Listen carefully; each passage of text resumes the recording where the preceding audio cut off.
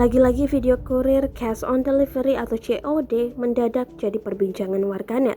Pasalnya kurir tersebut menolak untuk mengambil paketnya.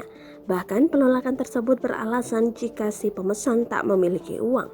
Hal itu terlihat dalam video unggahan @andrely48.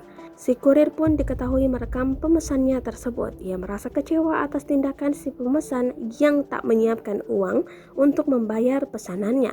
Bahkan si kurir sudah bolak-balik sebanyak 3 kali untuk mengantarkan paket.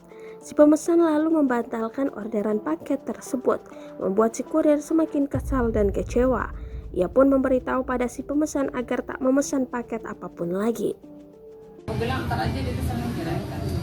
Di videoin aja bilang ini mau di cancel atau gimana? Ya udah cancel aja. Ya sudah 3 kali bolak-balik ya Bu, Ibu nggak kasihan sama saya ya, sama kurirnya ya. Ibu sering kayak gitu soalnya mesen paket sering aku bolak-balik mulu ke sini. Habis datang tadi habis ngambil juga. Apa-apa balik. Karena ada suami Ibu minta tolong talangin sama suami Ibu.